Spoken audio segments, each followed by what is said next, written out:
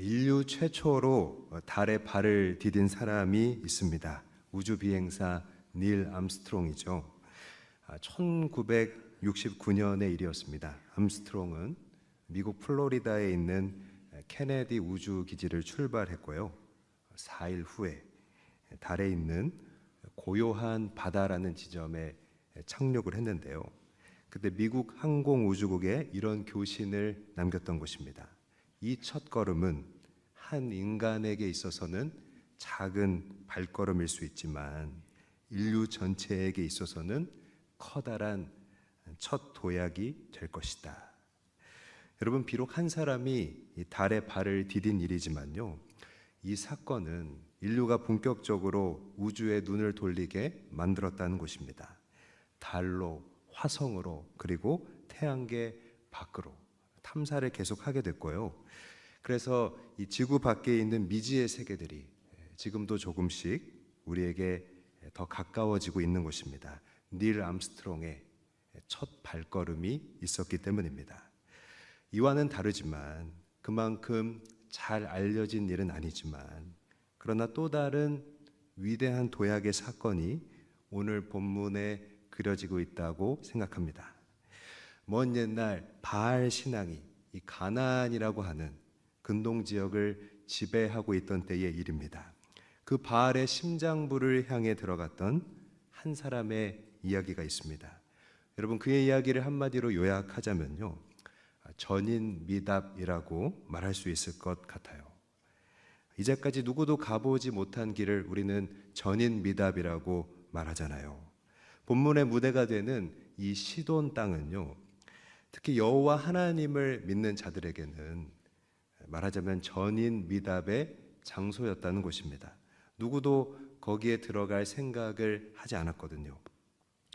여러분, 닐 암스트롱이 달에 착륙하기 전까지 이 서양에서는요, 달을 공포의 대상으로 여겼던 것과 비슷합니다.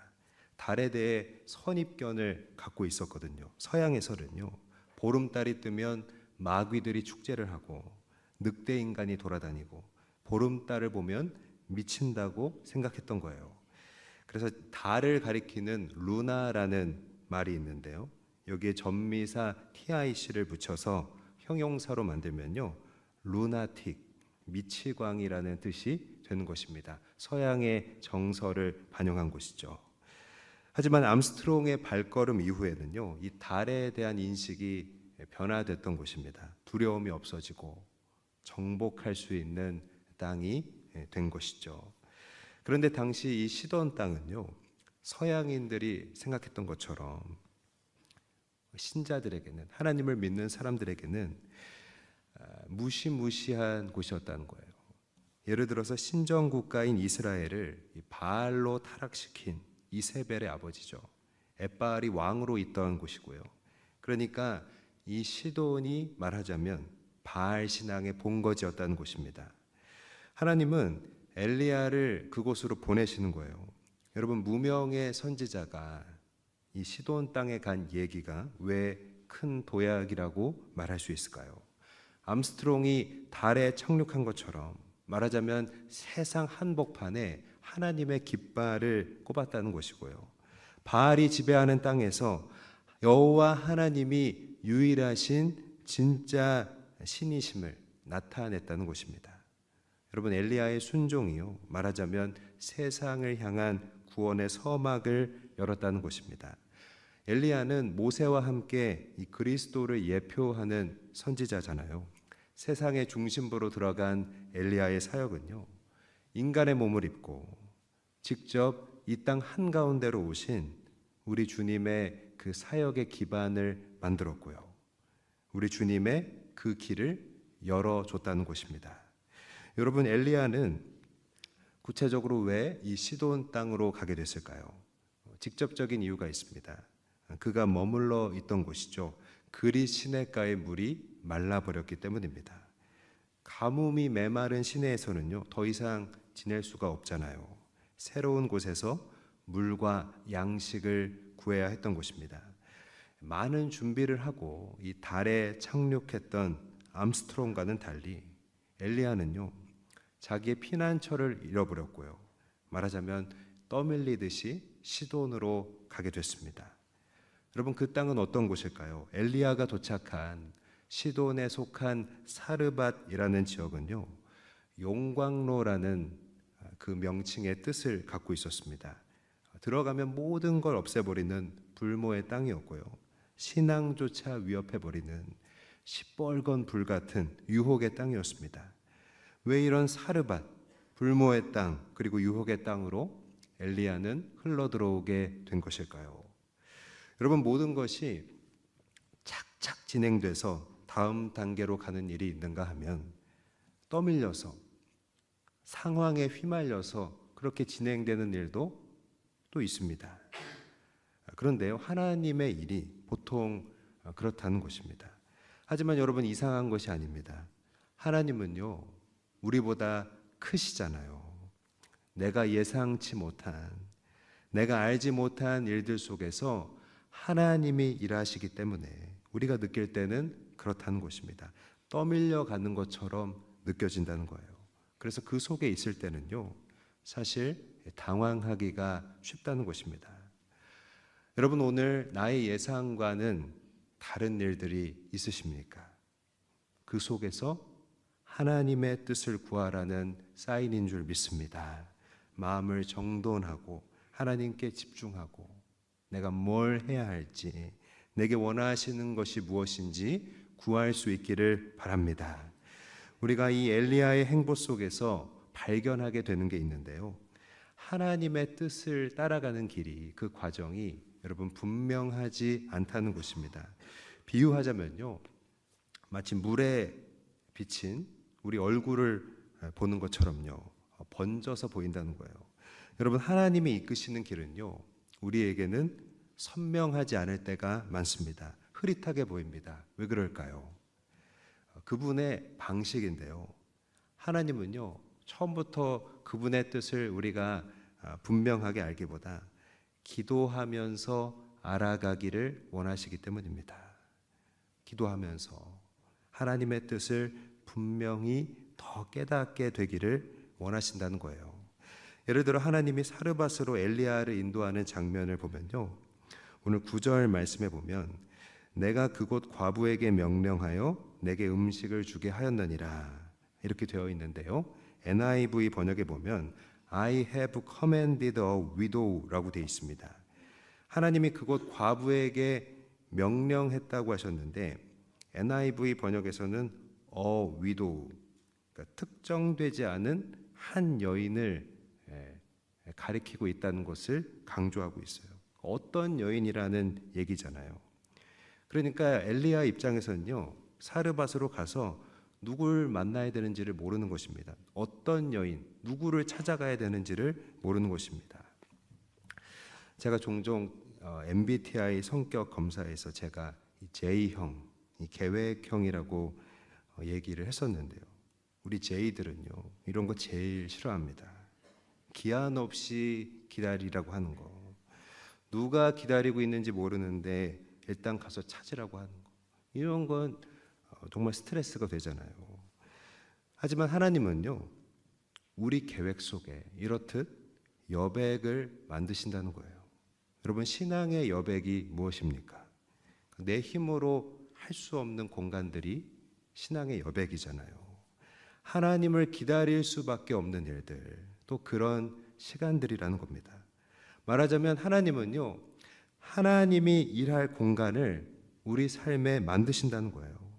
그러면 하나님이 엘리야에게 만든 여백들은 여러분 무엇일까요?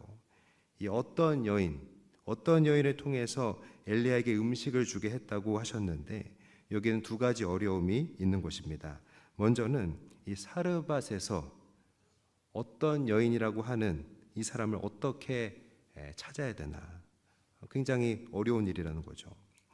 지금은 종영됐지만 오늘의 유재석을 만든 프로그램이죠. 무한도전에 보면 알래스카에서 김상덕 씨 찾기라는 미션이 있었습니다. 그야말로 황당한 프로젝트였는데요, 유재석 씨가 방송에서 알래스카에 사는 김상덕 씨에게 해물 칼국수 만드는 법을 배웠다고 농담을 한번 했는데요, PD는 그 김상덕 씨를 책임지고 찾아내라고 무한도전 팀을 진짜 알래스카로 보내게 되는 겁니다. 그러니까 서울에서 김서방 찾기라는 말이 있죠. 무턱대고 막연하게 사람을 찾아간다는 뜻인데요. 이 말처럼 아무 연고도 없는 상황에서, 그것도 알래스카에서 김상덕 씨를 찾기란 굉장히 어려운 일이겠죠. 무한도전 팀은요, 알래스카에 가서 현지 한인 방송에도 출연을 해보고 온갖 방법을 동원해서 김상덕 씨를 수소문했지만요, 결국 만나지 못하고 돌아옵니다. 마찬가지로요, 사르밧에서 하나님이 명령을 해놨다고 하는 어떤 여인 위도우를 찾는 것도요, 사실 듣기만 해도 이건 안 되는 일이고 하기 싫은 일이고 막연한 일이었다는 것입니다. 어려운 일이었다는 것입니다. 또 한 가지 어려움이 있었습니다. 이 가뭄의 시기에 음식을 나눠 달라고 말하는 것은 굉장히 어려운 일이었다는 거예요. 엘리야에게는요, 계속 무한도전 같은 미션이 주어집니다.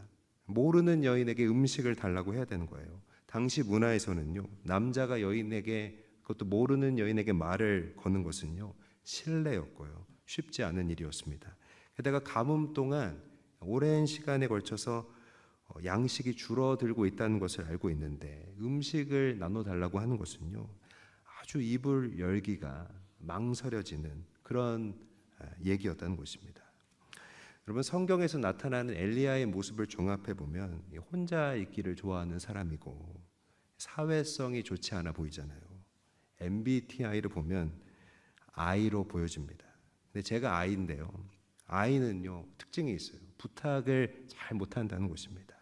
제가 초등학교 때 학교 마치고 집에 오면 가끔 어머니가 집에 안 계실 때가 있었는데요, 그때는 요즘처럼 도어락도 아니고 열쇠가 없으면 집에 못 들어갔거든요. 다른 애들은 그러면 옆집 가서 집에 엄마 없다고 잠깐 있게 해달라고 넉살 좋게 그렇게 얘기도 잘 하는데, 저는 그 말 하는 게 너무 부끄럽더라고요. 너무 힘들더라고요. 그래서 문 앞에 엄마 올 때까지 계속 서 있는 애가 저였습니다. 제가 한 번은 결혼을 하고 멀리 5시간, 6시간 정도 차를 운전해서 여행을 갔을 때 일입니다. 여행지에 도착해 보니까 집에 고양이 사료 기계를 켜놓고 와야 되는데 깜빡한 것 같은 일이 있었어요. 와이프는 옆집 사람에게 부탁을 하자고 했었는데 나는 어떻게 그런 부탁을 하냐고, 내가 다시 밤중에 집에 갔다 오겠다고. 그래서 다툴 뻔한 일이 있었습니다. 여러분, 이게 I입니다. 부탁을 하지 못해요. 여러분, 이 두 가지 하나님의 요구, 사르밧에서 이름 모를 여인을 찾아야 되고 음식을 얻어 먹으라는 요구를 받았을 때 당시 사람이었다면요, 아마 누구나 절레절레하기가 쉬웠을 겁니다.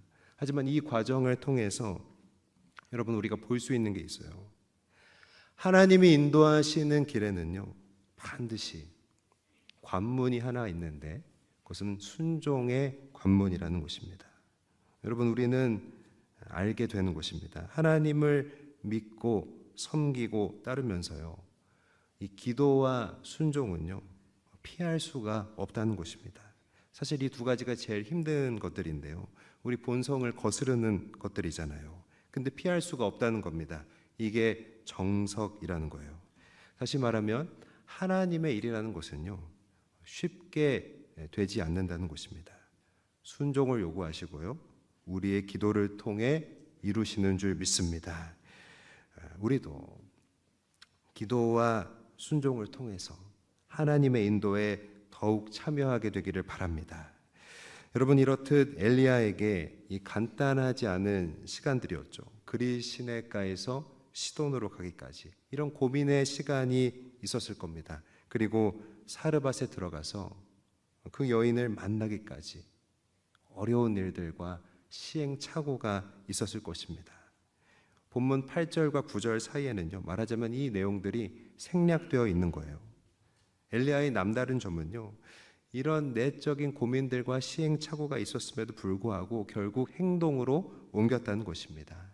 성경은요, 그의 이런 내적인 고민을 생략함으로써 엘리야가 내린 순종의 결단에 좀 더 초점을 맞추고 있는 것입니다. 성경이 우리에게 전달하고자 하는 것은 이러한 고민과 시행착오가 있었지만 엘리야가 결국 그것을 넘어서 순종의 길로 나왔다는 것입니다. 오늘 10절과 11절을 같이 읽겠습니다. 시작. 그가 일어나 사르밧으로 가서 성문에 이를 때에 한 과부가 그곳에서 나뭇가지를 줍는지라. 이에 불러 이르되 청하건대 그릇에 물을 조금 가져다가 내가 마시게 하라. 그가 가지러 갈 때에 엘리야가 그를 불러 이르되 청하건대 내 손에 떡 한 조각을 내게로 가져오라. 엘리야는요, 그의 기도와 순종을 통해서 하나님이 말한 여인을 찾았고요, 또 만났습니다. 10절에서 엘리야는 그 여인에게 물을 조금 달라고 요청합니다. 여러분, 우리나라에는 공공기관이라면 정수기가 다 설치되어 있고 식당에도 아예 테이블마다 물통을 가져다 주잖아요. 하지만 외국에 갔다 오면 물을 식당에서 돈 주고 사 먹는 경우가 많으니까요, 우리나라 상황에 감사하게 되곤 하는 것입니다. 물은 사실 귀한 것입니다. 물이 귀한 지역들이 있잖아요. 우리가 TV를 보게 되면 아프리카에서 오염된 물을 마시는 어린이들, 그 영상을 볼 때가 있는데요, 그런 물을 마시면 몸이 병들지만 그런 물이라도 마셔야 하는, 마실 수밖에 없는 그런 상황이 있다는 것입니다. 이때는 또 가뭄이었잖아요. 물이 귀하고 내가 마실 물조차 부족한 때였습니다.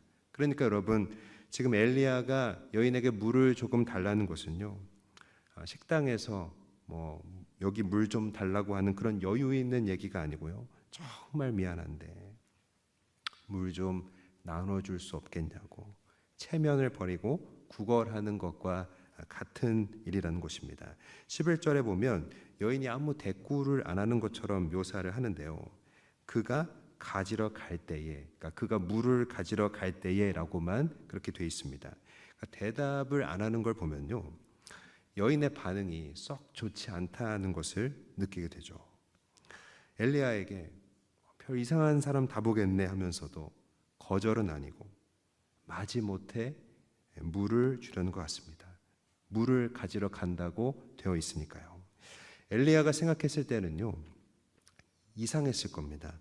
분명히 하나님이 다 명령해 놨다고 했는데 분위기가요, 이게 아닌데 싶은 것입니다. 그럼에도 하나님의 명령이기도 했지만 엘리야도 여기까지 와서 먹어야 살 수 있으니까요, 떡 한 조각 달라는 말을 용기 내서 건네는 것입니다.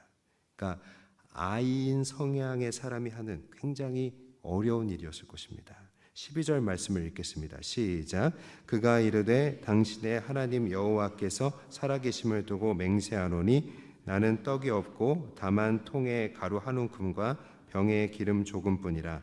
내가 나뭇가지 둘을 주어다가 나와 내 아들을 위하여 음식을 만들어 먹고 그 후에는 죽으리라. 여인의 대답인데요, 여인의 대답이 상당히 애매합니다. 굳이 맹세한다는 말을 먼저 하고 있는데, 그러니까 정색하면서 얘기하고 있다는 것을 알려주죠.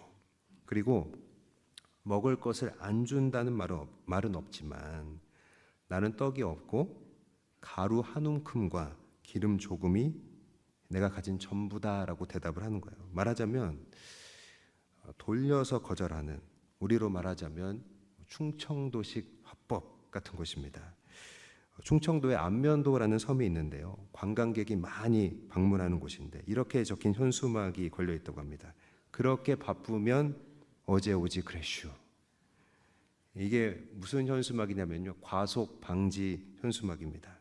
과속하면 안 됩니다라는 말 대신에 그렇게 바쁘면 어제 오지 그랬슈, 돌려서 얘기하는 것입니다. 여인은 그러니까 돌려서 지금 거절하는 것입니다.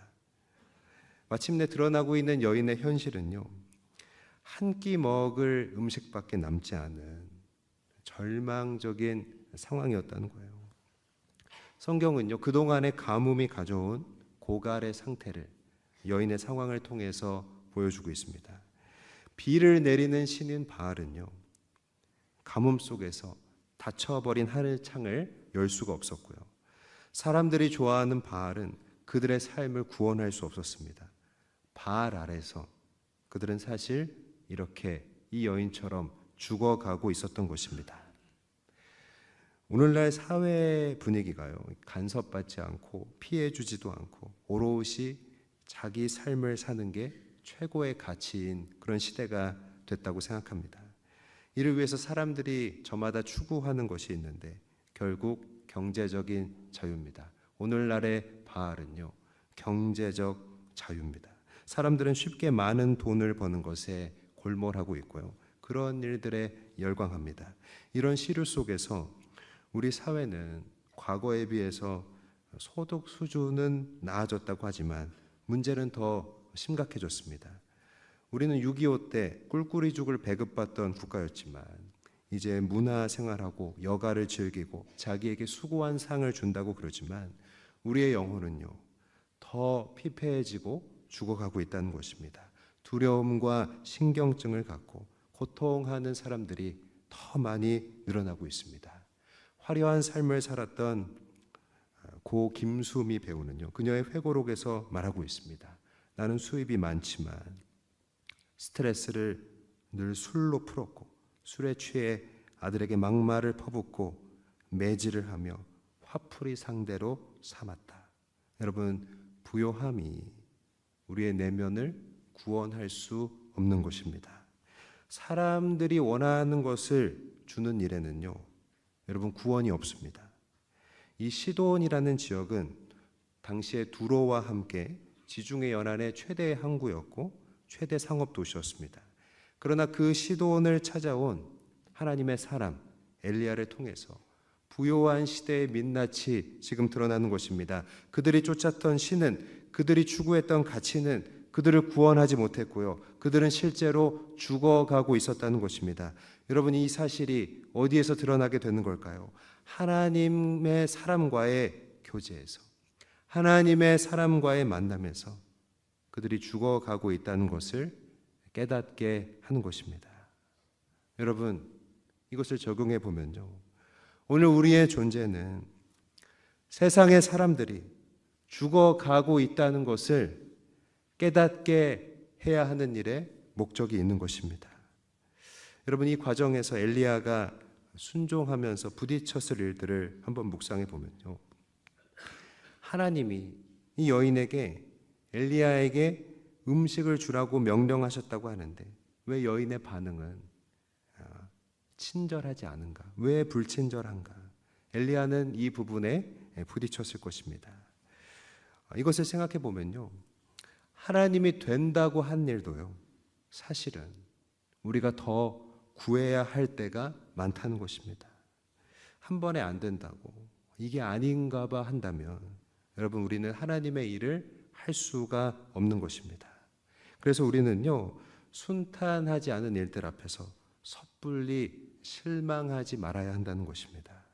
하나님이 하시는 일들은요, 하나님이 하셨다는 것을 분명히 알게 하기 위해서 마치 물을 모아서 터뜨리는 것처럼 타이밍을 기다려야 하고요, 계속해서 두드려야 하는 것입니다. 사랑하는 여러분, 하나님이 된다고 한 일에 대해서, 하나님이 여러분에게 될 거라고 한 일에 대해서 포기하지 말고 또 실망하지 않기를 바랍니다. 13절 말씀을 같이 읽겠습니다. 시작. 엘리야가 그에게 이르되 두려워하지 말고 가서 내 말대로 하려니와 먼저 그것으로 나를 위하여 작은 떡 한 개를 만들어 내게로 가져오고 그 후에 너와 내 아들을 위하여 만들라. 여러분, 지금 엘리야가 하고 있는 일은 무엇일까요? 엘리야는요, 이 여인으로 하여금 하나님을 섬기도록 만들고 있습니다. 엘리야는 하나님의 사람이잖아요. 엘리야를 공급하는 것은, 그에게 먹을 것을 주는 것은 하나님을 섬기는 일을 하는 것이고 하나님의 일에 동참하도록 만드는 것입니다.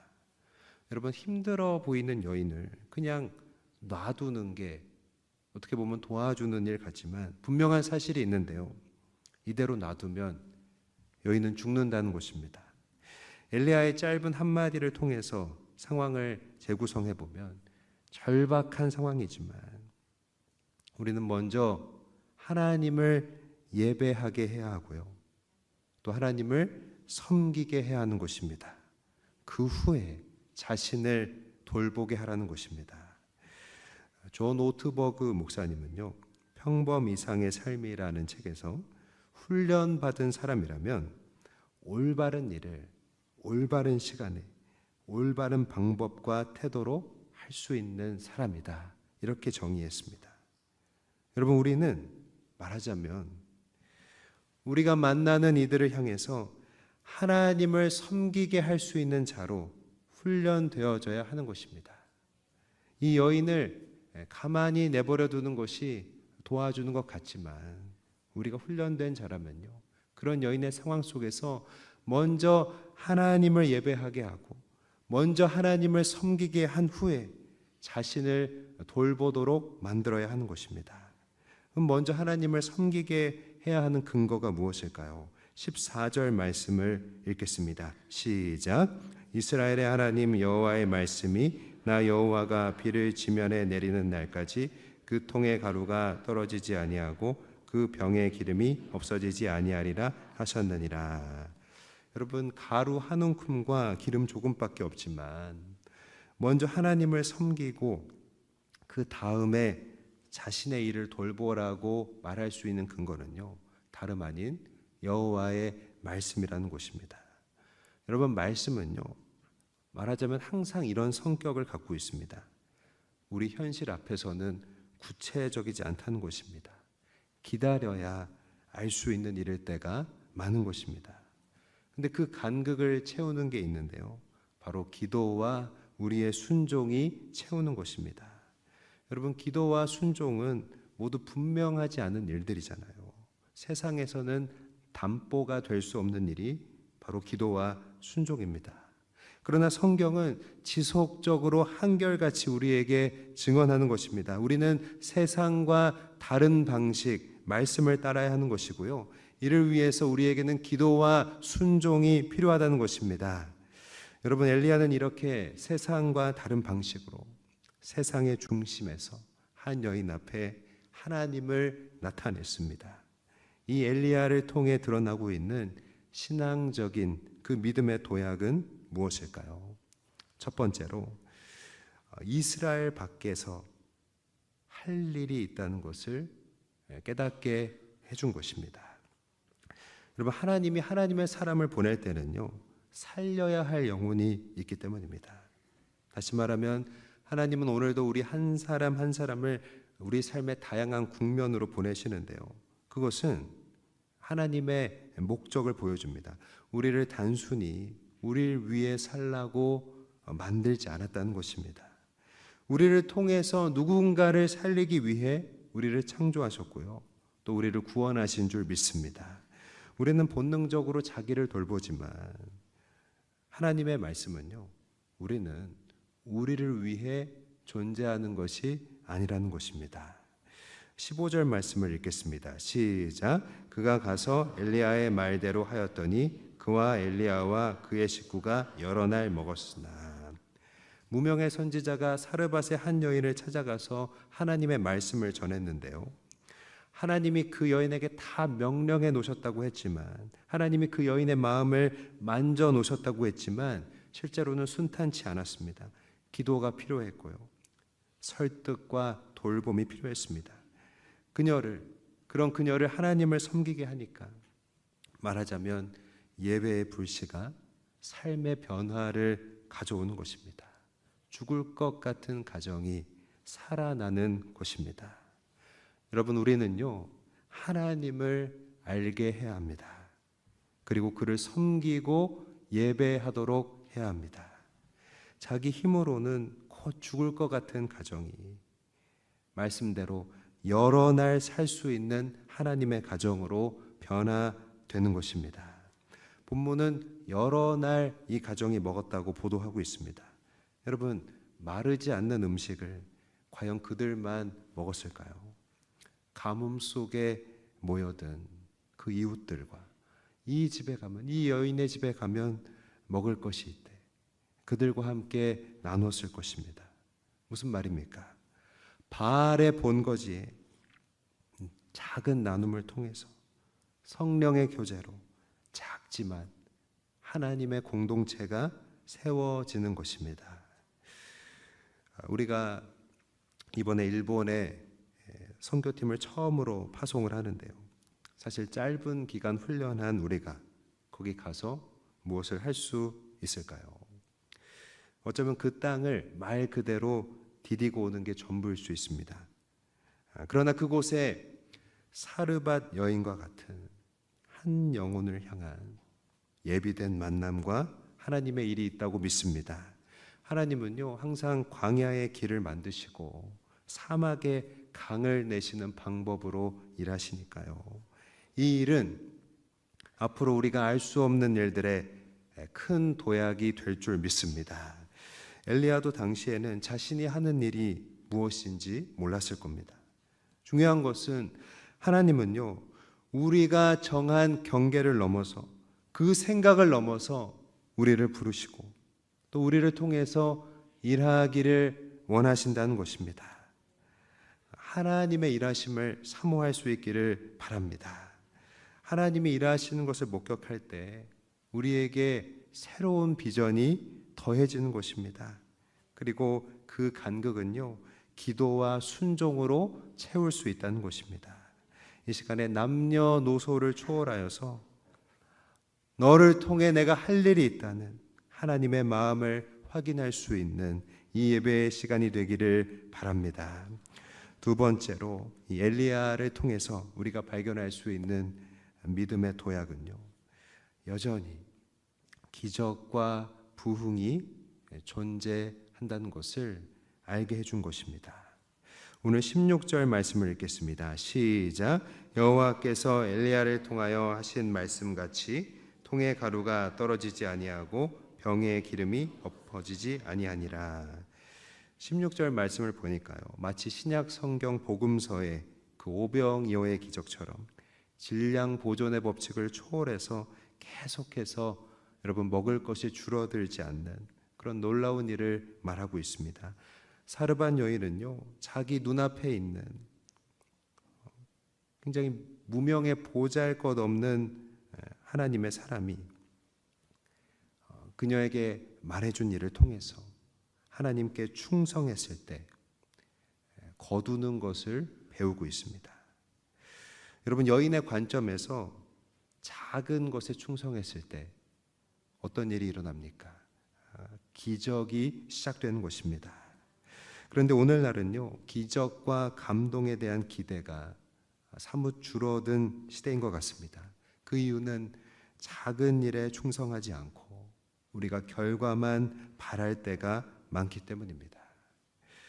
이번 연휴 때 제가 하얼빈이라는 영화를 봤습니다. 안중근 의사의 얘기인데요. 영화에 보면 이토 히로부미 저격을 위한 모의가 계속 실패합니다. 무엇보다 이토 히로부미 한 명을 처단하는 걸로 어떻게 독립을 이뤄낼 수 있겠냐는 회의와 갈등이 계속해서 제기됩니다. 하지만 마침내 저격을 하게 되고 그로부터 36년 후에 대한민국의 독립이 이루어지는 것입니다. 사랑하는 여러분, 큰 일은요, 항상 작은 일에서부터 시작되는 줄 믿습니다. 작은 일에 충성할 수 있기를 바랍니다. 예수 천당 불신 지옥이라는 피켓을 요즘엔 잘 볼 수가 없습니다. 그거 하면 더 이미지 안 좋아진다고 비판받는다고 해서 이제 잘 안 하는 것입니다. 제가 가끔 전주역에 KTX를 타러 오전에 가는 날에 보면요, 어느 할머니 권사님이 그 플랫폼에 올라와서 모르는 사람들에게 예수님 믿으라고 전도를 하십니다. 항상 그분만 혼자 나와서 그렇게 하시는 것 같아요. 근데 요즘 젊은 사람들이 정말 너무하더라고요. 매몰차게 냉대하고 막 팔로 이렇게 치기도 하고, 그럼에도 작은 전도지 하나 손에 쥐어주면서 예수 믿고 천국 가라고 하시는 겁니다. 저는 그분에게 그 이야기를 다 들어주는 것이 도움이 될지, 저는 예수님 믿습니다라고 말하는 것이 도움이 될지 몰라서 일단 다 듣는데요. 분명한 것은 전하지 않으면 구원도 없다는 것입니다. 하나님이 예비하셨다는, 다 명령을 해두셨다는 사르밧 여인도요, 엘리야가 가서 전해야만 살릴 수 있는 거 아닙니까? 불편함을 감수하고 그녀를 찾아가서 물을 달라고 하고 먹을 것을 달라고 해야 하나님의 일이 이루어지는 것입니다. 여러분, 하나님의 지시는요, 물론 분명하지 않을 때가 있습니다. 한낱 피조물인 우리가 하나님의 뜻을 어떻게 정확히 다 알 수 있겠습니까? 그러나 포인트는요, 순종해 보면서 발견하게 된다는 것입니다. 엘리야가 그 여인에게 물을 달라고 했을 때 여인은 친절한 대답 한마디가 없었던 것입니다. 엘리야는 하나님께, 하나님 말씀 다 해놓으셨다면서요. 또 떡을 달라고 하니까 나 먹고 죽을 것밖에 없다고 하는 것입니다. 엘리야는 하나님 이게 다 명령해 놓으신 게 맞습니까? 여러분, 말씀과 현실 사이에는 간극이 있습니다. 그런 간극이 어렵게 느껴지지만 고개를 갸웃하면서도 그러나 기도와 순종으로 채우고 따라갈 때, 여러분, 작은 것에 충성할 때 하나님의 일들이 이루어지는 줄 믿습니다. 오늘 내가 외면하고 있는, 아니면 아무래도 아닌 것 같아서 마음에 킵해두고 있는 하나님이 주신 마음들 또는 작은 부담들은 여러분 무엇이 있습니까? 작은 일에 충성할 수 있기를 바랍니다. 떡과 기름이 마르지 않는 일들을 경험하게 될 것입니다. 내 힘으로 할 수 없는 일들을 위해 쓰임받는 기쁨이 우리에게 허락될 줄 믿습니다. 말씀을 마무리하겠습니다. 엘리야가 시돈 땅에 한 여인과 그 가정 살렸다고 해서 사실 크게 변한 일은 없었습니다. 여전히 바알이 지배하는 시대가 계속되고요. 이 일이 있고도 이세벨과 아합의 그 불의는요 계속되는 것입니다.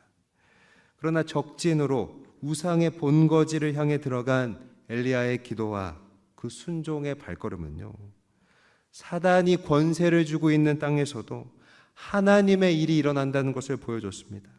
사단이 권세를 주고 있는 땅에도 하나님이 허락하시는 기적과 부흥이 있다는 것을 보여주는, 여러분, 큰 도약이 되었던 것입니다.